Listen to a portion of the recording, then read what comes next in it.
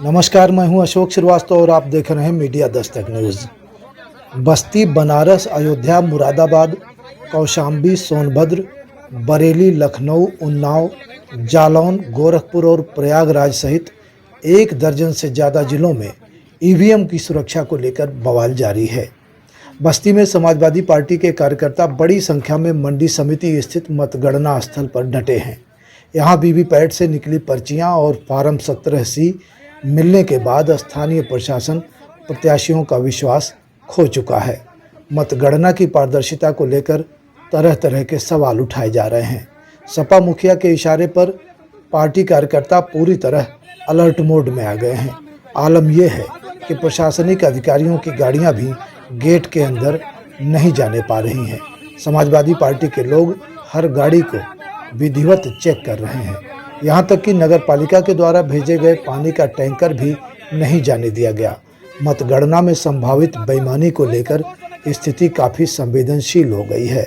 बताया जा रहा है कि प्रशासन ने जरा भी चालाकी करने की कोशिश की तो स्थितियाँ भयावह हो सकती हैं। दूसरे जिलों में पकड़ी जा रही ईवीएम, बैलेट पेपर आग में घी का काम कर रहे हैं। सपा प्रत्याशी महेंद्र नाथ यादव स्वयं मौके पर मौजूद हैं और हर स्थिति पर उनकी नज़र है। उन्होंने कहा, प्रशासन बेईमानी की कल्पना भी करना भूल जाए। समाजवादी अपने हक की लड़ाई लड़ना जानते हैं और सक्षम भी हैं। पड़ोसी जिले संत कबीर नगर में 2 बैलेट पेपर के साथ लोगों ने एक लेखपाल को पकड़ लिया। बताया जा रहा है कि बैलेट पेपर लेकर लेखपाल मतगणना स्थल के अंदर जा रहा था। डीएम और एसपी मौके पर पहुंच गए। लेखपाल को निलंबित कर डीएम ने उसके खिलाफ एफआईआर दर्ज कराने के निर्देश दिए हैं। बैलेट पेपर मिलने के मामले में और भी अधिकारियों पर गाज गिर सकती है। वहीं प्रयागराज में बैलेट पेपर को लेकर सपा कार्यकर्ताओं ने हंगामा किया है। आरोप है कि मुंडेरा मंडी, जहां स्ट्रांग रूम बनाया गया है, वहां सपा कार्यकर्ताओं ने एक बक्से को चुनाव अधिकारी के पास से पाया है। जब उसको खोला गया तो उसमें पोस्टल बैलेट की पर्चियां थीं। मतगणना के लिए गोरखपुर में प्रभारी बनाए गए एमएलसी संतोष यादव सैकड़ों कार्यकर्ताओं के साथ यूनिवर्सिटी गेट पर पहुंच गए। पुलिस ने उन्हें गेट पर ही रोक लिया और समझाने की कोशिश की।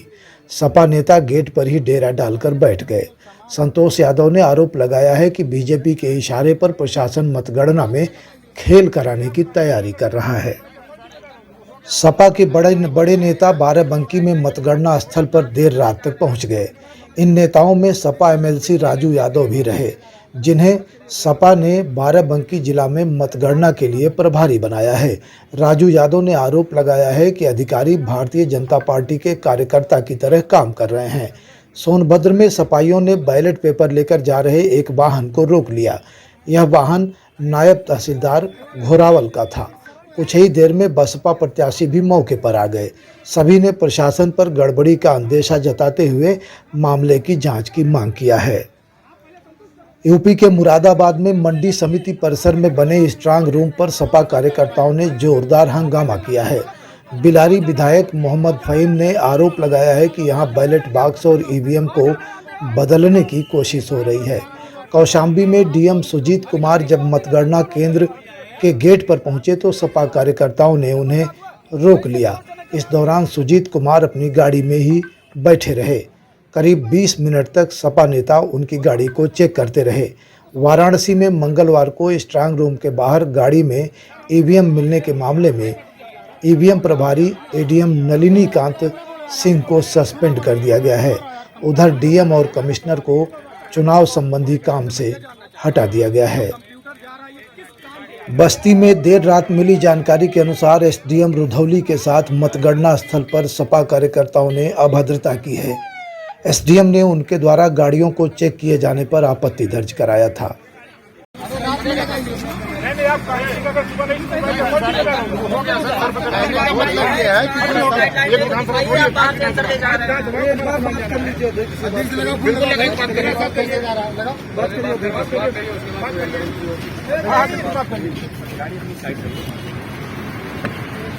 मैं आपको अभी बता सकता हूँ। हाँ, 3 सिस्टम है। हो जाए भाई। हाँ भाई, बताओ। अरे यार ऐसे कैसे क्या जानते हो आप जानते हैं मैं कंप्यूटर में कुछ हूँ मास्टर बताइए 8 ईयर 7 ईयर मैं जानता हूँ आप जाने हो क्यों नहीं रोक लेंगे आप पहले संतुष्ट करो अधिकारी पहले संतुष्ट करो अपने लड़ोगे हाथ में बैठो कुछ लड़की बोलो बहुत ज्यादा जानते हो बहुत ज्यादा जानते हो बहुत ज्यादा जानते हो बहुत ज्यादा जानते हो तुम चुप रहो वहाँ कौन रोकने अधिकारी जवाब देगा तुम कौन होकर जवाब इंजीनियर साहब धीरे धीरे बात करो यार। ये कोई बात हुआ कोई संतोषजनक जवाब मिले बात खत्म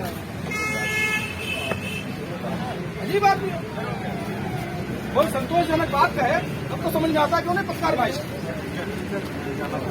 यार हम लोग का सवाल ये है एक मिनट रुक जाओ भैया रुक जाओ तुम ना बोलो यार तुम ना बोलो सुन रहा यार का सवाल ये है आम आदमी होने के नाते मैं ये जानना चाह रहा हूँ कि जो कंप्यूटर जा रहा है ये किस काम के लिए और क्या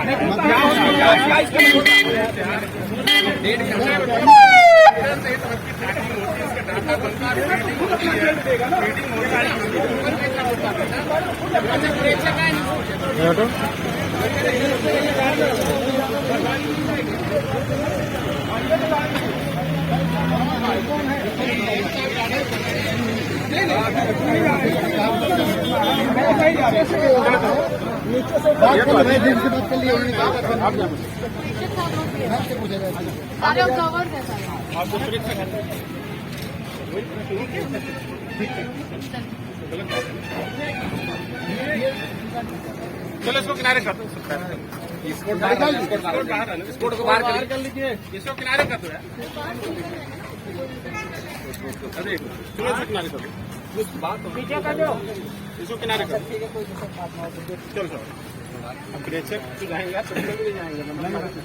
प्रेक्षक का मामला नहीं है सर उसमें जो सामान है उसका मामला है प्रेक्षक जाए कोई भी जाए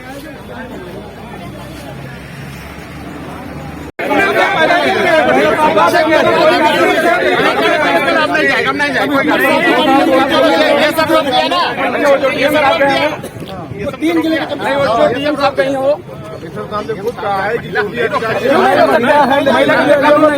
ये सब रोक दिया देखो स्पॉट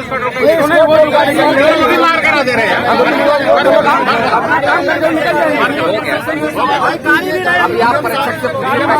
अच्छा प्रेक्षक अभी आप लोग अंदर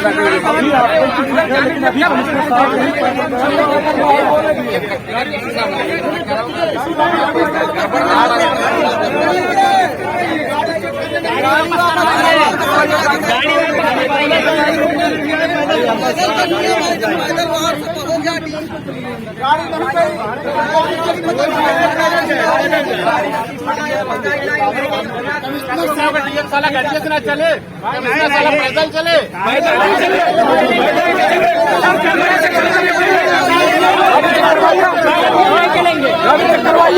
गाड़ी चेक करवाइए सहना पड़ेगा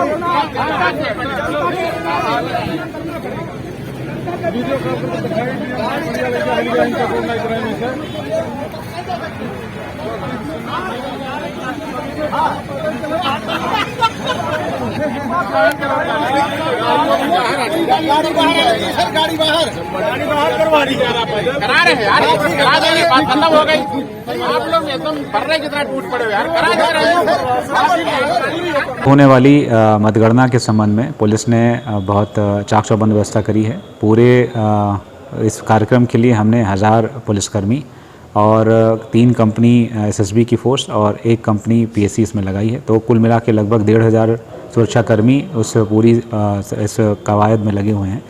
पूरी इसको हमने 3 भागों में बांटा हुआ है, आउटर कॉर्डन, इनर कॉर्डन और आइसोलेशन कॉर्डन। आइसोलेशन कॉर्डन जहां मतगणना कक्ष हैं उसकी सुरक्षा एसएसबी जो अर्धसैनिक बल है उसके द्वारा की जा रही है। इनर कॉर्डन की सुरक्षा पीएससी और हमारे जहां की जनपद पुलिस के द्वारा की जा रही है। आउटर कॉर्डन पर लॉ एंड ऑर्डर के लिए भी हमारी सीएपीएफ लगी हुई है, एसएसबी, और हमारे जनपद की पुलिस वहाँ पे लगी हुई है। सभी लोगों के लिए, मतगणना कार्मिकों के लिए, मतगणना एजेंटों के लिए अलग अलग पार्किंग दी गई है। यथासंभव प्रयास किया गया है कि आसपास किसी प्रकार की कोई असुविधा लोगों को ना हो और ट्रैफिक भी स्मूथली चलता रहे, और साथ ही अगर कोई अराजक तत्व किसी प्रकार की परेशानी क्रिएट करने की कोशिश करें तो उनसे भी निपटा जा सके।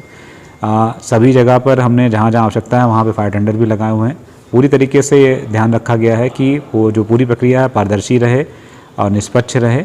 इसमें आपका सहयोग अपेक्षित है, कृपया कर इसमें सहयोग करें। जनपद बस्ती में कल मतगणना होनी है, इस हेतु सुरक्षा के कड़े प्रबंध करे गए हैं। जितने भी हमारे मतगणना कार्मिक हैं सबको प्रॉपर्ली ब्रीफ एवं ट्रेन कर दिया गया है। हर प्रकार की व्यवस्था मतगणना कार्मिकों हेतु और जितने भी हमारे काउंटिंग एजेंट्स हैं सबको पासेस उनकी आवश्यकता के अनुरूप निर्गत कर दिए गए हैं। साथ के साथ मेरा सभी से अनुरोध है कि जो भी खबर हो या जो भी कोई भी न्यूज़ आपको व्हाट्सएप के माध्यम से मिलती है, किसी भी अन्य माध्यम से मिलती है, जब तक उसकी कोई आधिकारिक पुष्टि होती है उस पर विश्वास ना करें एवं उसको फॉरवर्ड भी ना करें। किसी भी न्यूज़ का आधिकारिक पुष्टि होने के बाद ही उसका प्रेषण करें। नहीं नायब साहब का है क्यों भाई आपने दिया था इनको रजिस्टर ले जाने के लिए सर के अंदर ही ने कहीं से वो गाड़ी दफा तहसीलदार के अंदर ही गाड़ी दफा रहे थे पीछे। ये बताइए कि ये आपके ये साइट वाले ये यहाँ कैसे भाग घूम रहे हैं? आपके तो ये गिनती के होने चाहिए ना सारे नंबर वाले, ये ऐसे किसी के पास से कैसे घूम रहे हैं? आरो साहब आपको भी तकलीफ हो जाएगी ऐसे आप करेंगे तो काम आपके। ये चूक से हो गया नहीं चूक से की बात नहीं है, ये तो हम जान आगे से बहुत कैमरा लगा हुआ है कहाँ ये आप अपने सारे पहली बात मिलान करिए। जब भी आपके ये पहले थे कि ये इस तरह के और कितने कागज बाहर है, ये जो अगर 2 बैलेट पेपर मिला है और इसकी जो है आप इसमें एफआईआर दर्ज कराइए। एफआईआर दर्ज होगी, बाकी कौन कौन इसमें लिप्त है नहीं लिप्त है वो हम जांच के बाद पता चलेगा कि किसकी गलती थी, क्या इंटेंशन। मैडम तो आरो साहब यही है, कुछ जवाब नहीं दे पा रहे थे। आरो साहब एफआईआर दर्ज कराएंगे। ये झूठ है, ये 100% झूठ है। अब इसमें क्या है इंटेंशन की गलती वो एफआईआर की जांच में हमें मिलेगा। आप एफआईआर आज ही दर्ज कराएंगे, ये नहीं ये आपको नहीं मिलेगा। मैडम सारे रजिस्टर हमें दे जी, ये रजिस्टर है, आप रजिस्टर उठाइए वहां भाई। और